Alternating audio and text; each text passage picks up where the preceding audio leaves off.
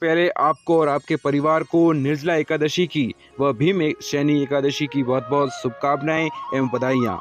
भक्तजनों, माताओं, बहनों, सादर जय श्री कृष्णा। हमारे YouTube चैनल में आप सभी का बहुत बहुत स्वागत है। मैं हूं आपके साथ पंडित अनुराग शर्मा। विष्णु एकादशी गीता तुलसी विप्रधेनु आसारे दुर्गम सन संसारे शतप्रदी मुक्तिदायिनी। भगवान श्री हरि विष्णु जी का पूजन करना, एकादशी का व्रत करना, गीता जी का पाठ करना, तुलसी जी का पूजन व दर्शन करना, ब्रह्म प्रिय जनों की सेवा करना, दान उनको करना, भोजन कराना, गौ माता की रक्षा व सेवा करना, ये 6 कार्य इस कठिन संसार को पार करने हेतु हमारे पुराण ग्रंथों में यह धर्म बताए हुए हैं।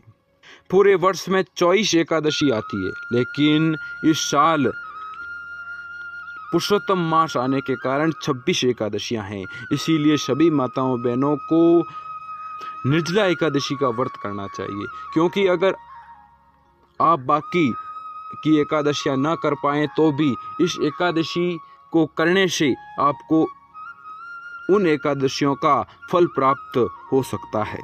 ज्येष्ठ माह के शुक्ल पक्ष की एकादशी, जिसे निर्जला एकादशी कहा जाता है, तथा इसे पांडव एकादशी भी कहा जाता है, जो कि इस साल की सबसे बड़ी एकादशी मानी जाती है, क्योंकि निर्जला एकादशी का व्रत करने से पूरे वर्ष की 26 एकादशियों से जो फल प्राप्त होता है वह एक इस एकादशी के करने से उसका फल प्राप्त हो जाता है। और यह एकादशी बहुत ही कठोर मानी गई है, बहुत ही कठोर व्रत इसका होता है। निर्जला एकादशी के दिन जल का सेवन नहीं करना चाहिए तथा फलकार का भी सेवन नहीं करना चाहिए। फलाहार की जगह पर आप शुद्ध गाय, देशी गाय का दूध ग्रहण कर सकते हैं। इस बार ज्येष्ठ मास की शुक्ल पक्ष की निर्जला एकादशी भीम शैनी एकादशी 31 मई 2023 बुधवार को रहेगी।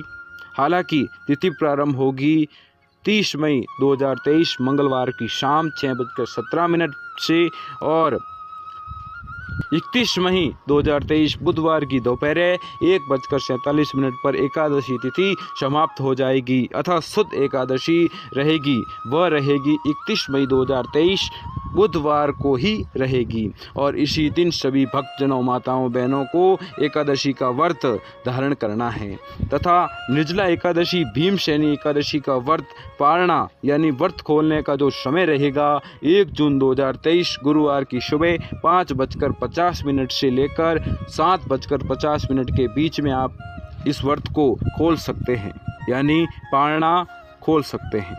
जो भक्त जन व माताएं बहनें एकादशी का व्रत करते हैं उन्हें दशमी तिथि से कुछ महत्वपूर्ण नियमों का पालन करना चाहिए, और एकादशी तिथि में या त्रयोदशी तिथि में है व्रत का पारणा उनको करना चाहिए। दशमी के दिन एक समय भोजन करना चाहिए, ब्रह्मचर्य का पालन करना चाहिए तथा इस दिन लहसुन, प्याज, मांस, मदिरा, अंडे, मसूर की दाल का प्रयोग भोजन में बिल्कुल भी नहीं करना चाहिए तथा इस दिन दूसरे के घर का भोजन भी नहीं करना चाहिए।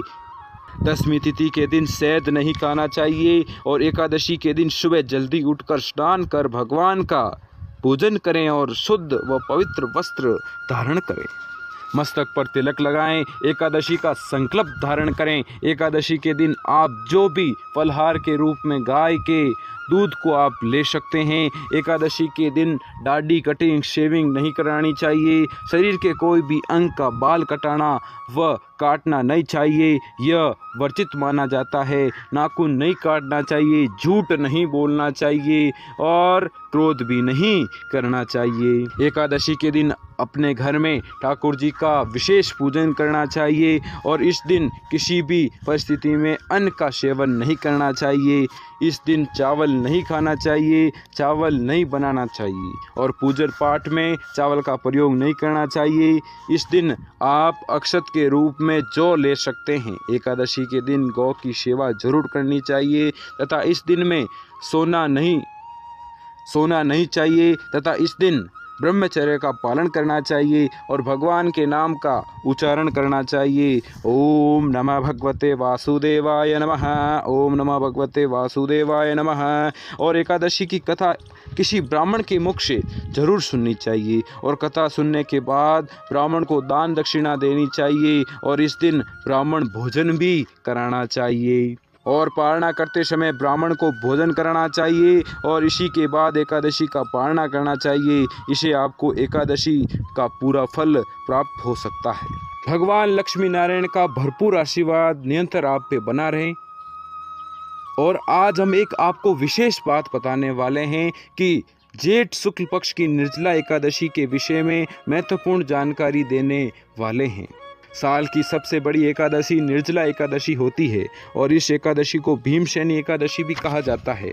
पांडव एकादशी भी इसे नाम से जाना जाता है, जो कि जेठ मास के शुक्ल पक्ष में आती है। वैसे तो पूरे वर्ष में 24 एकादशी आती है, लेकिन इस वर्ष अधिक मास आते हैं, पुरुषोत्तम मास आता है। उस साल 2 अधिक एकादशी होती है, यानी कुल मिलाकर उस साल 26 एकादशी होती है। प्रत्येक एकादशी का भिन्न भिन्न महत्व हमारे हिंदू धर्म में व पुराणों में हमें देखने को मिलता है। इस एकादशी को करने से हमें कौन सा फल प्राप्त होता है और एक पुराने समय की मैं आपको कथा सुनाऊंगा जो महाभारत के समय की है। एक समय की बात है कि सभी पांडव बैठे हुए थे और वहां पर महर्षि वेदव्यास जी का आगमन हुआ और सभी पांडवों ने हाथ जोड़कर प्रार्थना की और उनका स्वागत अभिनंदन किया। वेदव्यास जी सभी को कहते हैं कि आप सभी पांडवों को मोक्ष प्राप्ति के लिए, मुक्ति के लिए एकादशी का व्रत अवश्य ही करना चाहिए। तभी अचानक भीमसेन बोल उठे कि महर्षि, मैं एकादशी व्रत करना चाहता हूँ, लेकिन क्या करूँ, मैं भूख सहन नहीं कर पाता हूँ। इस कारण से मैं एकादशी का व्रत नहीं कर पाता हूँ। तो आपसे अनुरोध है कि कोई ऐसा व्रत बताइए जिसमें मुझे एकादशी पुण्य फल प्राप्त हो जाए और पूरे साल की सभी एकादशियों का लाभ मुझे प्राप्त हो सके। तब महर्षि ने कहा कि जेठ शुक्ल पक्ष की जो एकादशी होती है उसका नाम निर्जला एकादशी। यदि तुम पूरे वर्ष की एकादशियों को नहीं कर पाते हो तो केवल निर्जला एकादशी का व्रत कर लो, तो तुम्हें पूरे साल की सभी एकादशियों का पुण्य प्राप्त हो जाएगा। महर्षि के अनुसार भीमसेन ने ऐसा किया, जेठ शुक्ल पक्ष के व्रत को धारण किया और उस दिन निर्जला एकादशी का व्रत किया और अगले दिन उस एकादशी का पारणा किया। इससे उन्हें संपूर्ण एकादशियों का पुण्य फल प्राप्त हो गया। तभी से इस एकादशी का नाम भीमसेन एकादशी के नाम से जाना जाता है। अगर ये वीडियो आपको पसंद आया हो तो इस वीडियो को लाइक व चैनल को सब्सक्राइब ज़रूर करें, जिससे आगे आने वाले हिंदू त्योहारों की जानकारी आपको सबसे पहले प्राप्त हो सके। धन्यवाद। जय श्री कृष्णा।